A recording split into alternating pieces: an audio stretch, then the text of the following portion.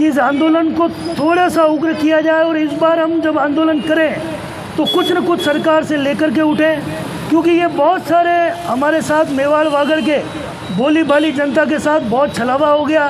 पिछली बार जैसे आपने देखा कि सर्किट बेंच का जो एक लॉलीपॉप हमको दिल्ली में दिया गया, उस लॉलीपॉप के माध्यम से भी कुछ भी हासिल नहीं हुआ। भोले भाले हमारे मेवाड़ के लोगों को, मेवाड़ वागड़ की जनता को सिर्फ जब भी हम कोई आंदोलन करते हैं उसको दबाने के लिए सरकार के कुछ लोग, कुछ मंत्री हमारे प्रतिनिधिमंडल को सिर्फ आश्वासन देकर आश्वासन दे देते हैं। और हम भी मेवाड़ के बड़े भोले प्रतिनिधिमंडल हैं कि हम हमेशा आश्वासन लेकर आ जाते हैं। मेरा मानना है कि भाई भरत जी जोशी से मेरा आग्रह है कि आप 5 बार अध्यक्ष रहे हैं और इस बार आप इस जाते जाते इस कार्यकाल में इस आंदोलन को गति दीजिए, इसे तीव्र कीजिए, ताकि इतिहास में एक नाम आपका अमर रहे और हम इस आंदोलन पे इस बार कुछ न कुछ करके उठें। रही संख्या बल का विषय, संख्या बल कोई विषय नहीं है। संख्या बल तो बार एसोसिएशन उदयपुर ने जब जब आह्वान किया है, जब जब आंदोलन किया है, उदयपुर का एक एक नागरिक, उदयपुर की जनता, समस्त अधिवक्ता गणों ने हमारा हमेशा पुरजोर सहयोग किया है, साथ दिया है। बस आवश्यकता है कि नेतृत्व के माध्यम से मेरा आदरणीय नंदवाना साहब से भी आग्रह है कि संभाग के पूरी एकत्रीकरण करके संभाग के सभी वकीलों को, संभाग की पूरी जनता को, जैसा कि अभी पूर्व में आया कि संभाग स्तर पर एक आंदोलन होना चाहिए उदयपुर में, और इस बार जो आवाज़ आनी चाहिए। देखिए, बहरों को सुनाने के लिए धमाके की ज़रूरत पड़ती है। मेरा आग्रह है शीर्ष नेतृत्व से, जिला संघर्ष समिति के पदाधिकारियों से भी मेरा आग्रह है कि ये पिछले 6-8 महीनों से जो शीतल आंदोलन चल रहा है, इसे उग्र करने की ज़रूरत है, इसे ज्वाला भरने की ज़रूरत है। वरना इस प्रकार से हम इस 7 तारीख को एक सांकेतिक प्रदर्शन करते हैं, सरकार के एक जू रेंगने वाली नहीं है। जैसा भी, जिस प्रकार से भी हमारा नेतृत्व हमें आदेश देगा, हम तन मन धन से आप लोगों के साथ हैं। इस संघर्ष में अपने आप को आहूत करने के लिए तैयार हैं। जय भारत, जय हिंद। घोषणा कर दी, हम लोगों ने आंदोलन किया, हमारा प्रतिनिधिमंडल गया, माननीय जो विधि मंत्री है केंद्रीय, उन्होंने आश्वासन दिया कि अभी बीकानेर में आएगी तो उदयपुर में भी आएंगे। फिर भी हमने आंदोलन जारी रखा। हमारे माननीय विधायक और विधायक ताराचंद जैन साहब पधारे, उन्होंने स्वयं आकर के न्यायालय में ये घोषणा की।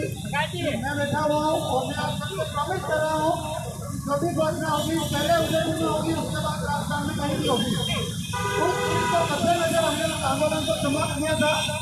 और विगत जो 7 तारीख ऐसी आई बीच में, जिनमें कोई छुट्टी आ गई थी किसी कारण से। हाईकोर्ट बेंच की मांग को लेकर पिछले 4 दशकों से भी ज़्यादा समय गुजर गया है और ये मांग आज भी जारी है।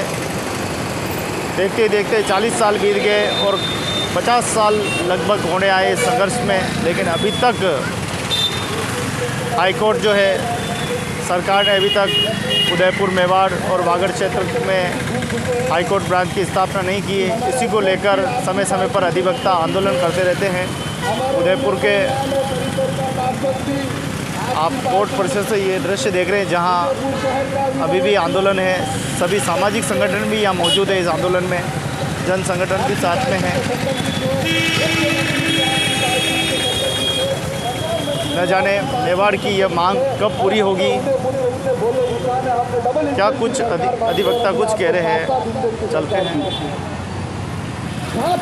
7 इंजन की सरकार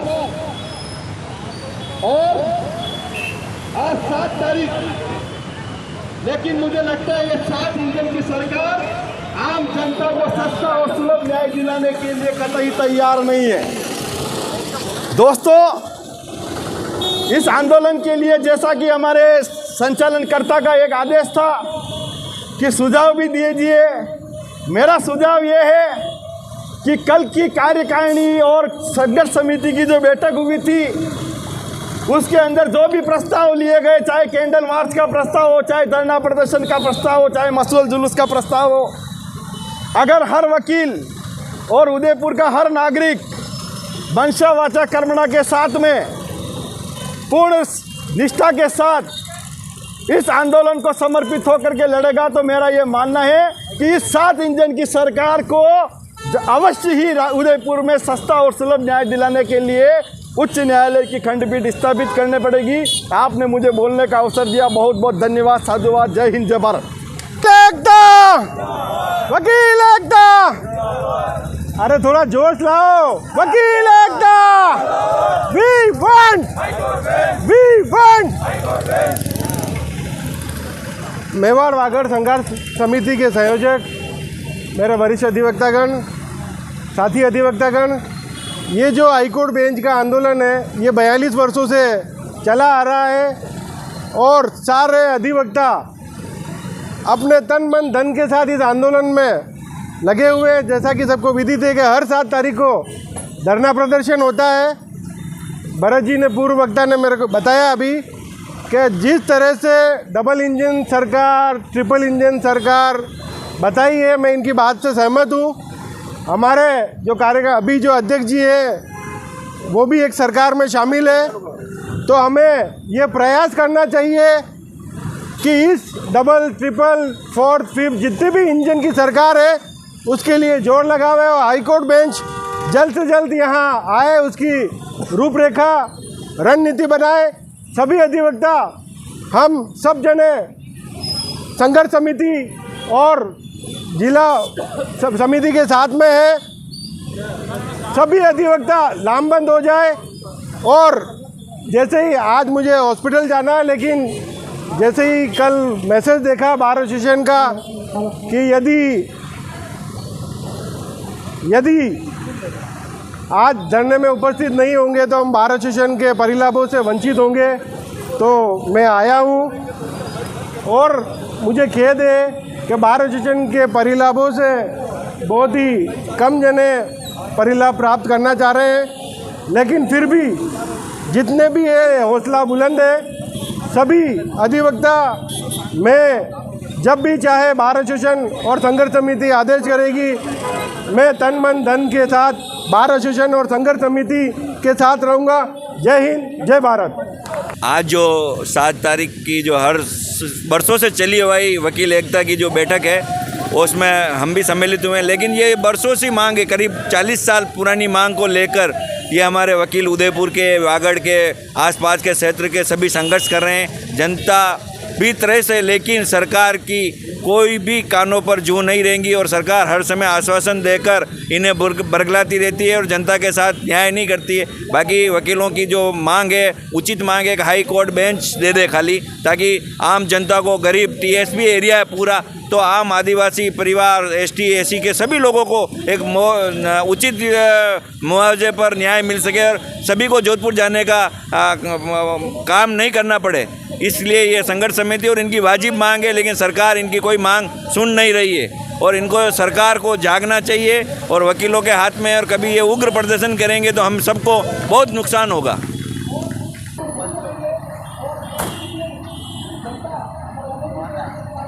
मैं हाजी मोहम्मद बख्श, मुस्लिम महासंघ संस्थापक अध्यक्ष।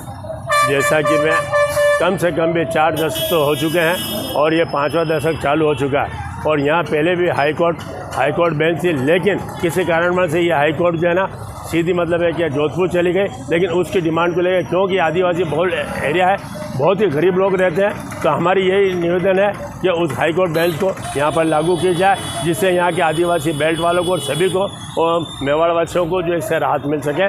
बस यही मेरा कहना है। और जो भी सरकार है पूर्ण जल्दी से जल्दी यहाँ पर हाई कोर्ट बेंच की स्थापना करे, जिससे यहाँ के बाशिंदों को बहुत राहत मिल सके। धन्यवाद आपके चैनल ने जो मुझे बोलने का मौका दिया उसके तहत। आप लंबे समय से जुड़े हैं, क्या मामला कहाँ अटक रहा है? ये मामला राजनीतिक में अटका हुआ है और जब तक कि अगर चाहे राजनीतिक पार्टियां तो कोई नामुमकिन नहीं है, ये कभी भी मतलब हाईकोर्ट बेंच यहाँ पर आ सकती है, लेकिन किसी कारणवश ये यहाँ पर हाईकोर्ट बेंच देने के पक्ष में नहीं है। तो हमारे यहाँ की जनता की ये डिमांड है कि जल्दी से इसको लागू किया जाए, वरना आंदोलन होने की बहुत ज़्यादा संभावना है। चाहे वो लोकसभा में हो, चाहे राज्यसभा में हो, चाहे वो विधानसभा में हो, वो लगातार हमारे उदयपुर में हाईकोर्ट बेंच की मांग को उठाते रहे हैं और अभी भी उठा रहे हैं। ये अच्छी बात है कि वो हमारी मांग को उठा रहे हैं, लेकिन मैं एक बात इसमें जोड़ना ज़रूर चाहूँगा कि सिर्फ आपके मांग उठा देने से आपका दायित्व पूरा नहीं हो जाता है।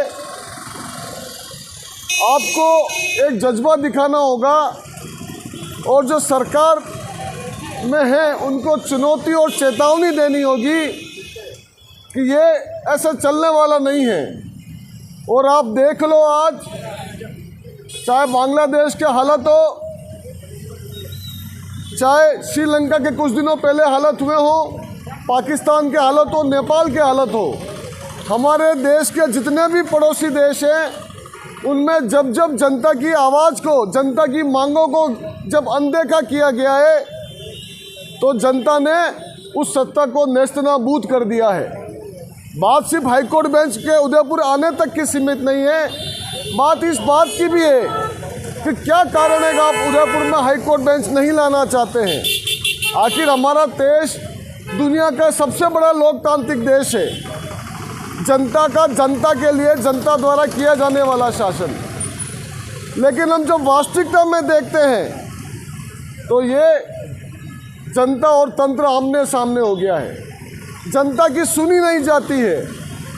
इसलिए अगर आप चाहते हैं कि हमारे देश के हालात जो अभी पड़ोसी देश बांग्लादेश में जैसे हुए हैं वैसे नहीं होए, और जिनके नाम की चाय बोलते हमको तूती बोलती है दुनिया में, लेकिन जब जनता अपने मुद्दे पर आती है, अपने जज्बात पर आती है, तो अपने मौत की भी परवाह नहीं करती है। अभी मैं ये सलाह भी देना चाहूँगा हमारे जनप्रतिनिधियों को, अभी आज एक गोल्ड मेडल के लिए हमारा देश लड़ रहा है कुश्ती में, जो विनेश फोगाट करके जो लड़की है उसके बारे में बोलना चाहूँगा कि 1 साल पहले उस पर किस तरह से आरोप लगे, सड़क पर वो लड़ी कि किस तरह से अन्याय हो रहा है, तो उसको काफ़ी ट्रोल किया गया, लेकिन उसके बावजूद भी वो निराश नहीं हुई और आज वो गोल्ड मेडल लाने की स्थिति में है। इसलिए हमारे जो जनप्रतिनिधि हैं, अगर वो चाहते हैं कि 5 साल वो सत्ता में रहेंगे, 5 साल उनकी विधायकी और सांसदी कोई नहीं छीन सकता है, लेकिन 5 साल बाद आप जब गद्दी से उतरेंगे या वापस चुनाव में आएंगे तो आपसे जनता सवाल करेगी कि आपने उदयपुर की जनता को दिया क्या है। और अगर वो देने की स्थिति नहीं होगी तो जो घुटनों पर रेंगते हैं उनको जनता सम्मान नहीं करती, उनको भूल जाती है। जो सत्ता से टकराते हैं, सारी चुनौतियां लेके उनको जनता सलाम करती है, अपने दिलों में जगह बिठाती है। इसलिए मैं उम्मीद करता हूं कि ये जो हाईकोर्ट बेंच के मुद्दे को और यहाँ की जनता को जो कमज़ोर समझ बैठे हैं, आने वाले वक्त में इसी तरह से मुकाबला करके इस सत्ता को चुनौती देंगे। इंकलाब जिंदाबाद। बहुत बहुत धन्यवाद।